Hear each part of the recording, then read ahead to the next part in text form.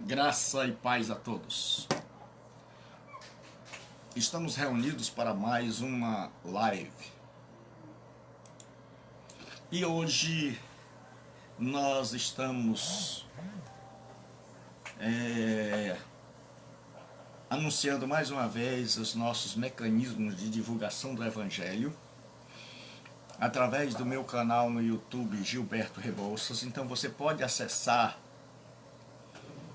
os estudos, as lives, as pregações, tudo que nós temos trabalhado, todo o nosso trabalho, pelo nosso canal no YouTube, Gilberto Rebouças. Tudo minúsculo, porque tem um Gilberto Rebouças maiúsculo. Então você vai lá no canal e em gostando e em sendo edificado, veja as múltiplas abordagens que tem no canal do YouTube, Gilberto Rebouças, o meu canal, e aí você, lá tem três opções. Você clicar no sininho, você se inscrever. Uma das mais importantes é que você se inscreva para que você possa receber todas as novas postagens que estão sendo produzidas todos os dias. Aulas, pregações, orações, ensinos, estudos, comentários de livros. Então nós estamos trabalhando a todo vapor. E você pode colher esses frutos se inscrevendo lá, clicando no sininho que tem em cima no alto da página e deixando lá o seu comentário. Nós temos também essa página de onde a gente faz as transmissões pelo Facebook. E nós temos reflexões todos os dias. E hoje nós vamos ter uma reflexão que talvez vá ter alguns capítulos. E você é meu convidado a clicar, curtir esta página, comunidade online, e divulgá-la. Então vamos para a nossa reflexão de hoje. Já vi ali o Bessa, já vi o Cícero, a Tatá, minha Thalita. Então hoje nós vamos abordar, e talvez nós vamos ter que dividir, porque tem muita coisa a ser abordada, a ser ensinada. Nós vamos abordar a relação de Judas com Jesus e de Jesus com Judas. Como é que se dava essa inter-relação? Eu pensei em colocar o título O que fazer para ir para o inferno, mas era muito pessimista.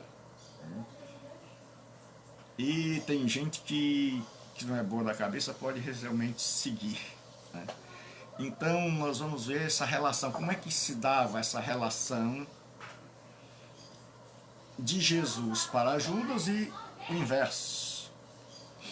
Então abra sua Bíblia no capítulo 27 do Evangelho de Mateus, 27, do Evangelho de Mateus, versículo 3, o 27 e o versículo 3 do Evangelho de Mateus.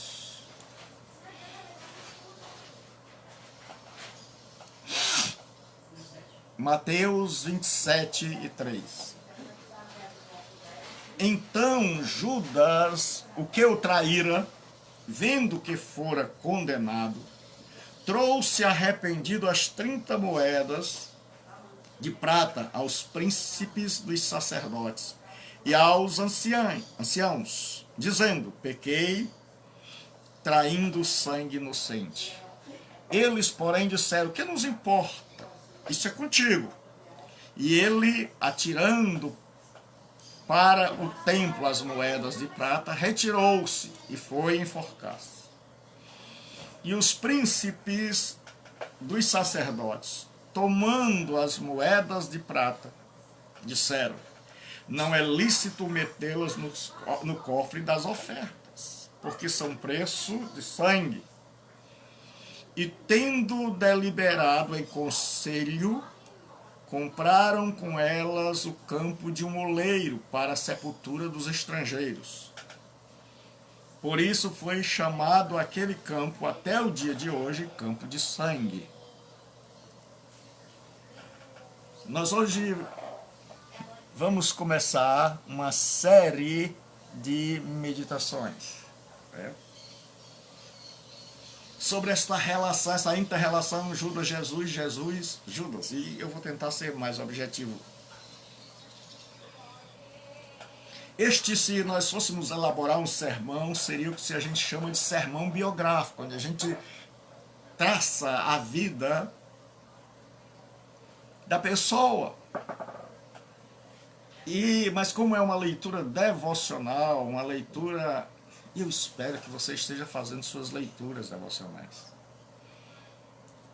Que você não esteja apenas lendo a Bíblia para pregar, ou lendo a Bíblia para fazer exegese, para interpretar textos. Todas as coisas são boas, mas nada pode tomar o lugar da nossa leitura devocional, de deixar Deus falar ao nosso coração. E também nós não podemos fazer só leituras devocionais. Então tem que ser um apanhado de... Então vamos lá. Judas é um nome comum na Palestina e quer dizer, vem da palavra Yehudá, quer dizer Deus seja louvado. Né? E a história de Judas é a seguinte. Judas, alguns estudiosos dizem que ele era da seita, ele era dos Zelotes. E alguns acreditam que Iscariotes, né, que era o nome da cidade onde ele morava, ele era de Quiriote, por isso o nome Judas Iscariotes. Mas alguns acreditam também que essa palavra Iscariotes quer dizer, vem de sicário, que era um terrorista. Eram terroristas. Então, provavelmente porque ele vinha da seita que era considerada do partido político que lutava contra a opressão de Roma. E Judas tinha em mente uma ideia do Messias, que o Messias iria para libertar Roma. E Judas era um político praticante, militante, melhor dizendo. Ele era um militante e um miliciano. Né? Então, o que acontece? Judas, quando vê as multidões afluindo para Jesus, Judas vai. E Judas começa a ouvir a pregação de Jesus, provavelmente havia partes na pregação de Jesus que Judas gostava e algumas que ele não assinava embaixo.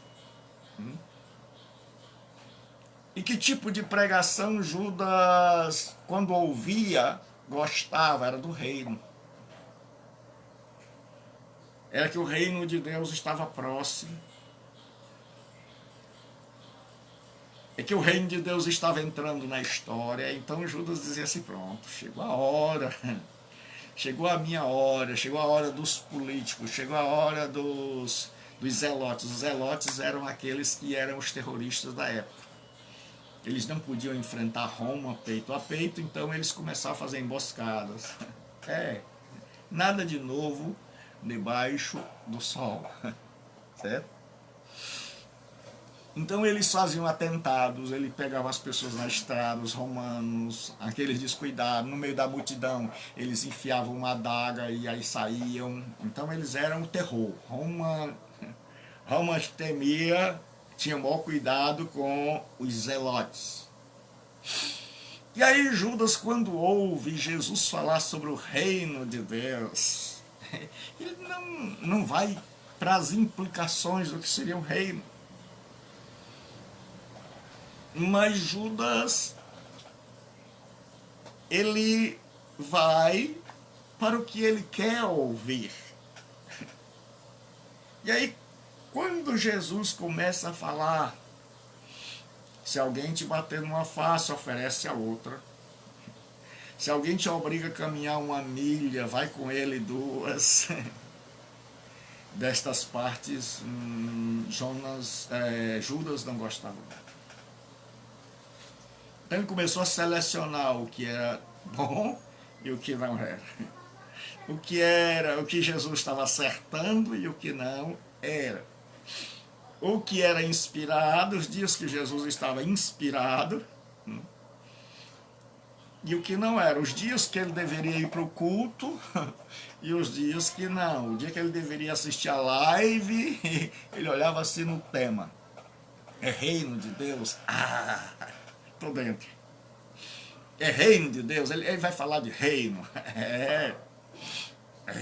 Então se é reino, estou dentro. Mas ele vai falar de perdão. Hoje eu não assisto, não. Ele vai falar de você dar o outro lado, a outra face. Ele vai falar que bem-aventurados mansos. Esse negócio de bem-aventurança eu não gosto, não. Eu tô fora. Então o que acontece? Judas está ali transitando no meio dos seguidores, daqueles candidatos a seguidores, a discípulos de Jesus, que eles estão seguindo, eles estão ouvindo. E qual é a primeira lição que nós vamos aprender com Judas, a relação Judas-Jesus? Nós vamos aprender com Judas. Você diz assim, puxa vida, professor, pastor, a gente pode aprender com Judas, Paulo. Nós vamos ver quantas lições nós podemos aprender com Judas e talvez nós passemos o resto da semana meditando sobre isso. E a primeira coisa é que Judas é alguém que seleciona o que lhe agrada na palavra de Deus. Judas seleciona o que lhe agrada na palavra de Deus. Este é um dos grandes problemas, desde os mais altos escalões da interpretação bíblica até as pessoas menos capacitadas para a interpretá-la. É que nós nos achamos no direito de gostar de umas coisas e não gostar de outras.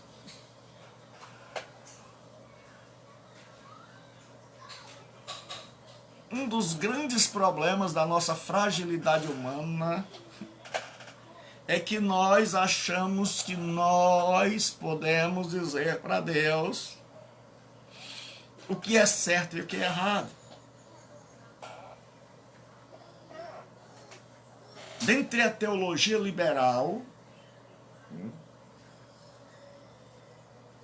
Salomon Semmler, ele diz o seguinte: o maior erro no estudo teológico é confundir escritura com palavra de Deus. Ele diz que há um cano dentro do cano. O que é isso, pastor? Você começou a falar difícil. Não. Vou tentar explicar. Ele diz que a Bíblia tem partes que são inspiradas e outras que são lendas. Ou seja, os liberais estão procurando o que eles determinam que é inspirado e não. A questão agora é que eles determinam o que é certo e o que é errado. Então eles dizem que estão procurando o cânon dentro do cânon, ou seja, encontrar as palavras de Deus dentro da Bíblia. Que dentro da Bíblia tem palavra de Deus, pouquinho, mas tem. E separar, demitologizar, tirar os mitos. Mas isso não é coisa só para teólogos, entre aspas, profundos.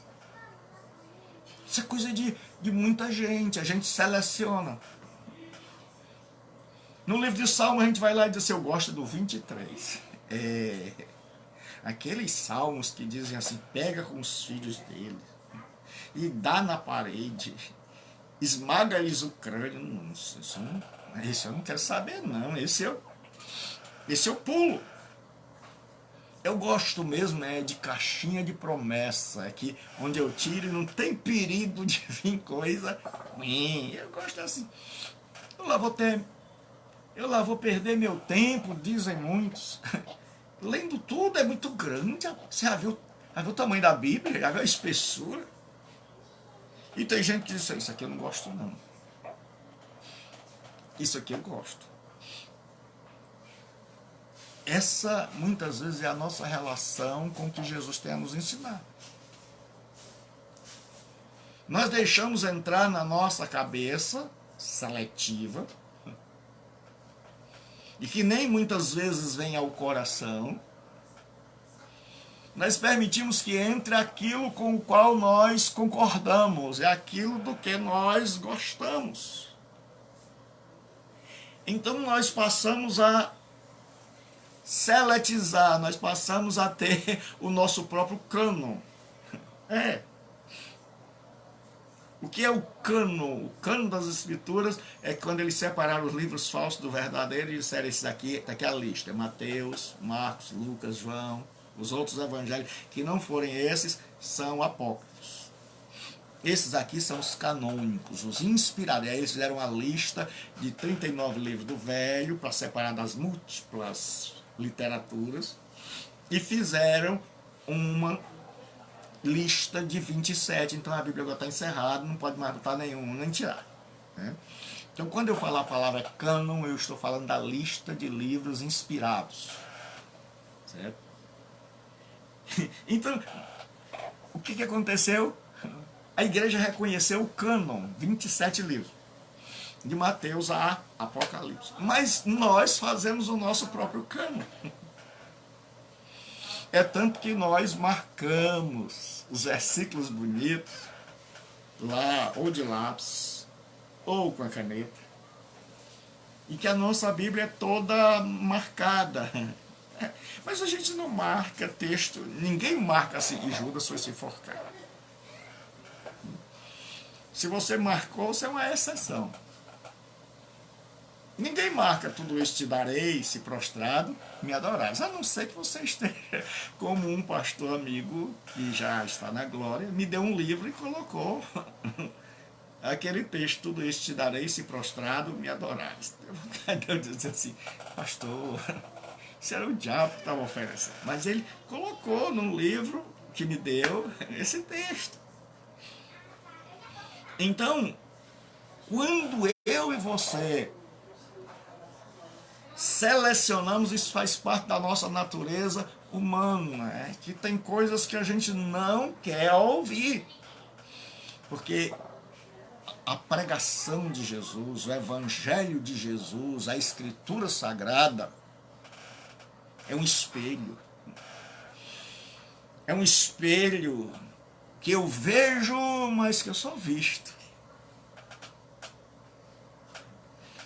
Um dia eu me enxergo e eu sei que tem aqui um pedaço aqui de cabelo saindo. Onde eu vejo detalhes. E onde eu vejo coisas para as quais eu quero continuar não vendo. Porque não é do meu interesse estas partes. Eu seleciono e faço o meu próprio cânon.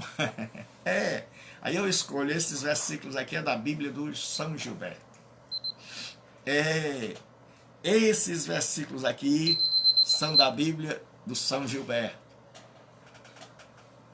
Esse texto aqui é o cânon do São Gilberto. E aí a gente começa a selecionar, rapaz, eu gosto muito de salmos. Tem gente que diz assim, rapaz, todo dia eu leio um salmo. Aí a gente diz assim, e Levítico? Não. muito sangue. É. Mas assiste MMA, é filme de ação, é filme de terror, assiste filme de terror, de muito sangue, mas se escandaliza com o sangue que tem na escritura. Aí a gente vai selecionando, a gente vai dizendo, rapaz, eu gostei desse livro. Eu gostei. Rapaz, essa palavra de Jesus aqui, tremenda. Então Judas era alguém que selecionava. E quando Jesus está falando sobre o reino, ele está assim, empolgado. Ele está tão empolgado que ele nem escuta o que Jesus está falando, o que é reino. Ele só ouviu o som, reino. Então, ele é como se ele dissesse, eu já sei tudo de reino. Já sei tudo de reino. Eu vou implantar o reino. Então, só estava precisando de um cabra macho, arretado, assim como a gente diz aqui no Ceará. E aí Judas diz, olha, eu estou dentro. Mas ele não ouve, como muita gente. Muita gente, além de selecionar, de fazer seu próprio cânon, de ter seus próprios textos prediletos, de gostar de ler o Salmo 91, mas não gosta de ler.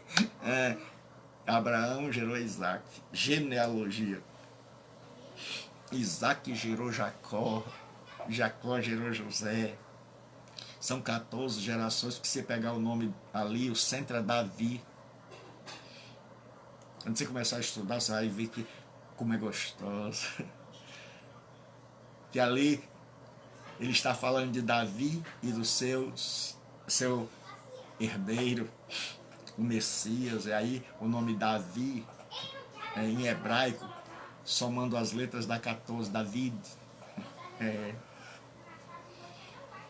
E aí por isso que ele vai dividir em 3 de 14 gerações, e ele bota mulheres nas genealogias, coisa que ninguém botava. Aí você vai ver quanta coisa rica tem ali. E aí o que acontece? Judas selecionava ele. Aí Jesus chegava e dizia, hoje eu vou pregar sobre o reino de Deus. Ele só ouvia até aí. E muitas vezes nós estamos gostando de assuntos, mas assuntos para os quais nós não queremos nos aprofundar, porque nós achamos que nós já dominamos tudo.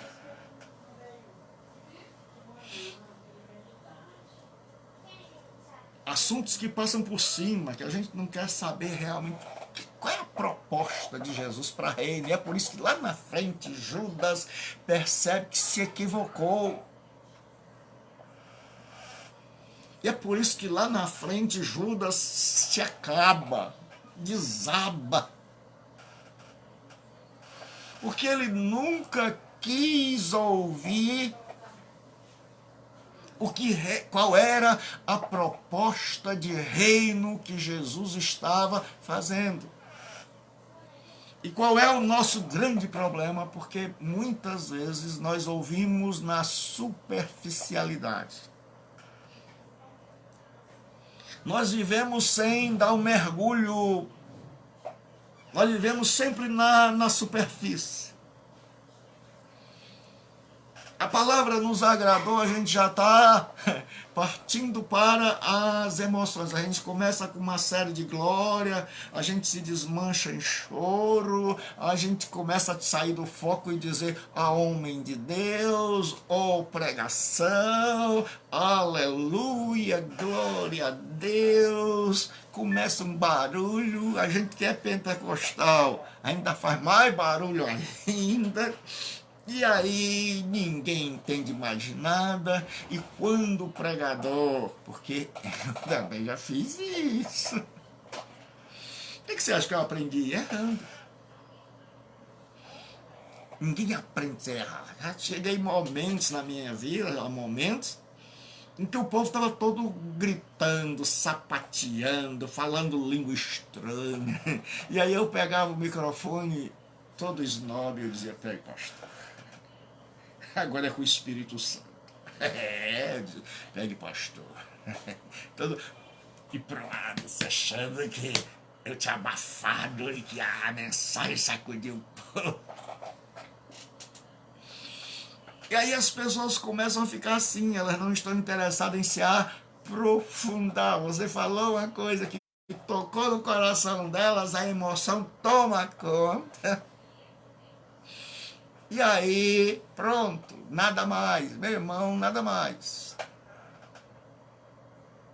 E a gente ainda diz assim, dá lugar.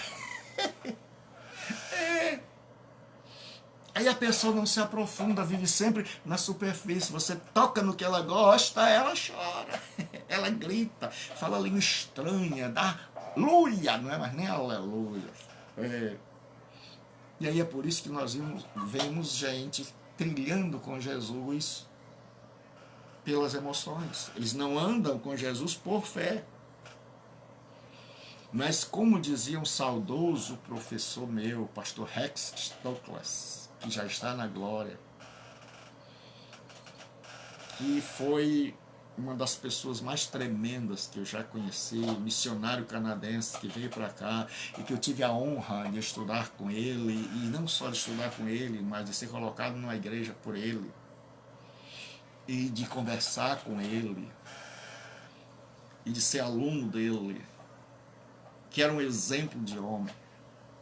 Ele dizia que muita gente anda pela fé e não pela fé, ou seja, pelas sensações, pelas emoções. Ele dizia que as pessoas andavam pela fé e não pela fé. E ele dizia que tinha muito animamento e pouco avivamento. Sabe as palavras do saudoso pastor Rex, que está agora na glória.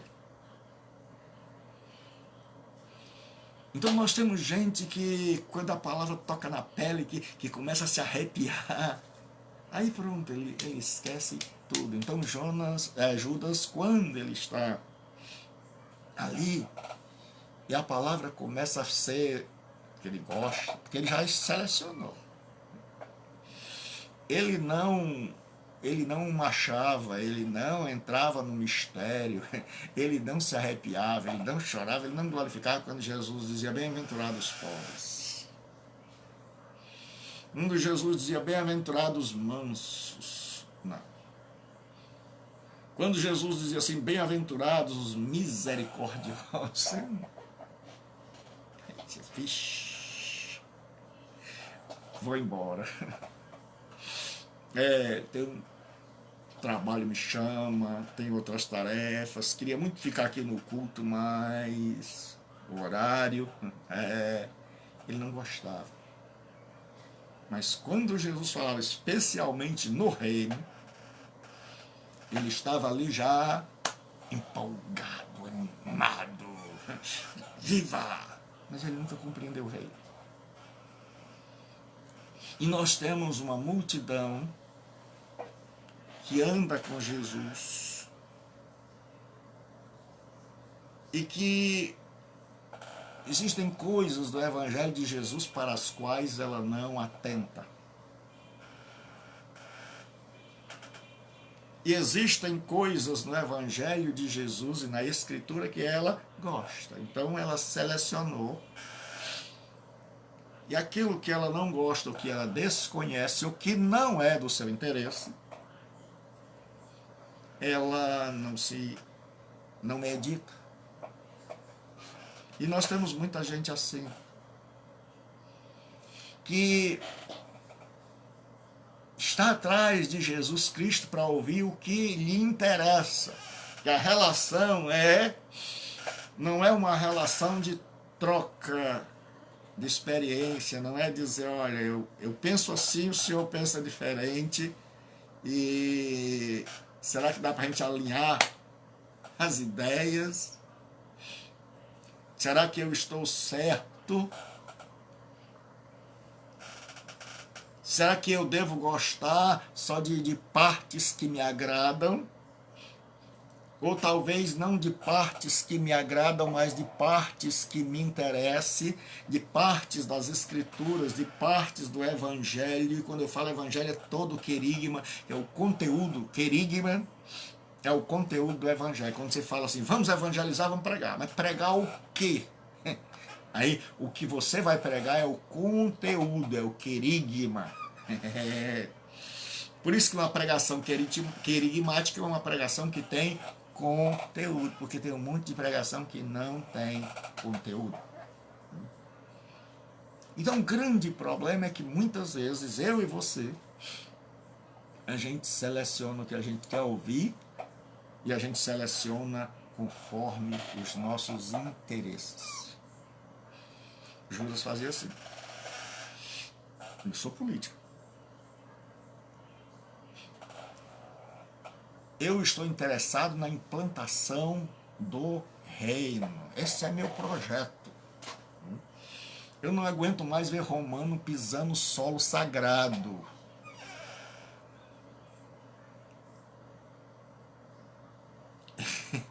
Aí Jesus chega e diz: Jerusalém será pisada pelos gentios.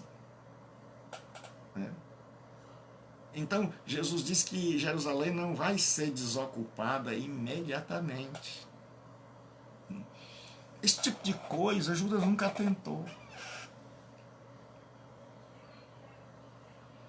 Porque tem gente que quando Jesus começa a dizer o que ele não gosta, cai fora. Diz assim, não gostei da brincadeira, você não sabe brincar, não brinco mais, fora, a bola é minha, vai embora, acabou o jogo. Tem muita gente que passa a vida inteira alienada em relação à mensagem de Jesus, como Judas. A profundidade, a saber o que realmente ele queria dizer. Em que ouve por cima, e entende, acha que é daquele jeito. Não procura entender em detalhes. E por isso não ouve, o seu ouvido é seletista. O seu ouvido foi programado para ouvir o que quer. E o que não quer, passa. O que não quer, deleta. O que não quer, não está pronto. Então, ele não ouviu muitas coisas. E não ouviu com profundidade nem o que ele queria. Por quê? Porque o que ele queria já estava estabelecido. Era o reino. Então ele não queria saber como era esse reino, quando esse reino viria, como esse reino seria, quem reinaria, o porquê desse reino, onde esse reino estaria, que tipo de reino era esse. Não. Ele tinha idealizado um tipo de reino político. E aí ele não queria saber de mais nada. Ele só queria saber do reino. Em outras palavras, Jesus tem que se adequar ao meu projeto e não o contrário. Mas no reino de Deus, não é Jesus que tem que se adequar ao meu projeto, ao nosso. Somos nós que temos que nos adequar ao projeto dele. Ele não se encaixa no meu projeto. Ele não se encaixa no meu projeto. Eu é que tenho que me encaixar no projeto dele. O que nós vimos hoje? Que eu não posso ter o meu cânon e dizer eu quero isso, eu gosto disso, mas que eu tenho que beber a água toda, que eu tenho que comer o prato todo, que eu tenho que me abrir para Jesus Cristo, para que Ele fale o que Ele quer que eu ouça e não o que eu quero ouvir. Então nós já vimos. Em primeiro lugar, eu não posso ter o meu próprio cânon, eu não posso ter as minhas preferências e dizer eu gosto disso, eu não gosto daquilo. Você até pode. Mas o seu caminho será triste. Você vai se decepcionar com Jesus. Em segundo lugar, o que nós vimos hoje é que a gente não pode ficar na superficialidade. Já ter o nosso projeto. E aí, por exemplo, a pessoa diz assim, eu quero me formar, eu quero me casar, eu quero conhecer alguém, mas não se aprofundar no texto da Escritura e dizer assim, espera aí. Ter uma relação envolve um monte de coisas. Envolve empatia.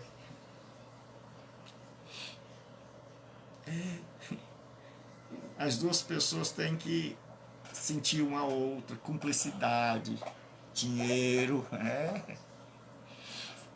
Não dá para viver com alguém que diz assim, meu amor, vamos morar debaixo da ponte. Aí a mulher diz assim, meu filho, você, eu moro em qualquer lugar. Vai nessa, bichão. Vai nessa, menina. Envolve estudo. Porque quanta gente não pensou que era só amor, é só beijinho na boca. Casou para ter sexo, e aí não pensou nas implicações do casamento, que vem os meninos, que você não tem mais vida, que você precisava ter estudado, que casamento implica em acordar cedo, dormir tarde, às vezes nem dormir. Então tem uma série de coisas que quando a gente estabelece, a gente tem que se aprofundar naquilo, saber. Porque Jesus diz qual é a pessoa que vai construir uma torre e primeiro não se assenta para calcular os gastos. Ali ele está falando do discipulado, mas aqui nós vamos fazer uma aplicação. Ele está dizendo, quem é que vai me seguir, primeiro não se assenta para ver se dá certo não seguir. Judas não fez isso, Judas não calculou. E quando a gente não ouve o Evangelho com profundidade, quando a gente não procura se aprofundar e dizer o que ele quer dizer, quando, qual é o chamado para mim, quando eu preciso viver na superficialidade, eu acho que em 6 meses eu já estou liberto, porque eu deixei de usar calça comprida sendo mulher, porque eu deixei de usar brinco, porque eu deixei isso, aquilo, porque eu deixei de beber, porque eu deixei de adulterar. Agora eu estou de gravatinha, estou indo todo dia, glória a Deus, aleluia. Então o menino agora está liberto, não fumo mais, não bebo mais.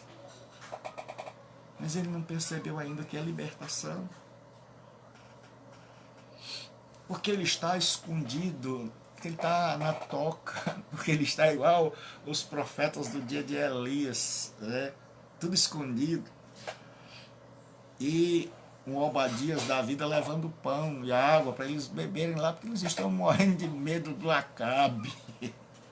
E eu digo Acabe com essa ideia de superficialidade. Tem um monte de gente que se esconde dentro da igreja, da comunidade, ele está lá dia e noite, ele só vai para lá. Aí no dia que ele tem que se confrontar com o mundo real, perverso, mal, aí ele pronto, aí desaba. Porque a superficialidade não tem raízes. E em terceiro lugar nós vimos o seguinte, que a gente quer que Jesus diga o que eu quero ouvir e não o que ele quer que eu ouça. E eu tenho que mudar.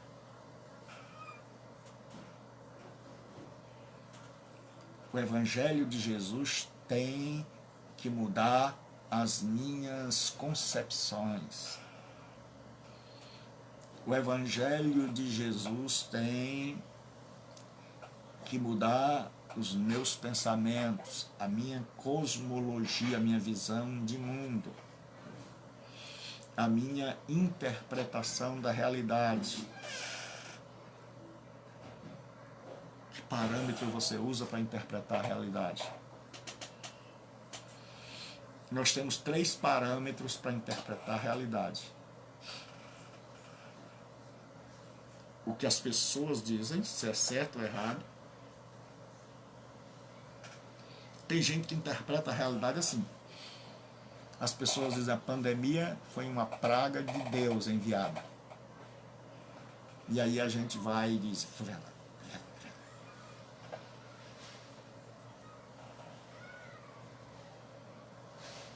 Aí a pessoa diz assim, mas o povo do Egito, ele foi poupado da praga. E a pessoa diz, é bom ouvir isso. Aí a gente diz, glória a Deus, ninguém na minha casa vai, o corona vai visitar. Até que o corona bate na porta e a pessoa liga e diz assim, estou com Covid. Fui diagnosticado com Covid, todo isolamento, estou passando mal. Aí a teologia da pessoa desandou toda, o parâmetro que ela tinha caiu por terra, e cadê Deus? Eu tô com raiva de Deus, e cadê o anjo? Deus, o anjo dormiu. Rapaz, eu ouvi um pastor citando uma coisa da internet que eu fiquei assim, ele ouviu na internet, que eu vou até procurar, um crente que demitiu os anjos que estavam a serviço dele. Meu irmão, como diz o tiozinho, maluco, doido, meu irmão. O homem demitiu os anjos e o cara foi lá e disse, não, eu demiti porque eles dormiram, o corona chegou. Então, quando a coisa é assim, a gente faz esse tipo de maluquice. A gente é o maluco de Jesus. Segundo parâmetro, isso é o pior. É a axiologia, não é teologia, a axiologia, eu acho. Sou eu sou a referência. Isso já diz que é o maior pecado, é dizer que o homem é a medida de todas as coisas. Essa é a essência do pecado. Que não é Deus, é o que eu acho. Não é o que Deus diz, é o que eu acho.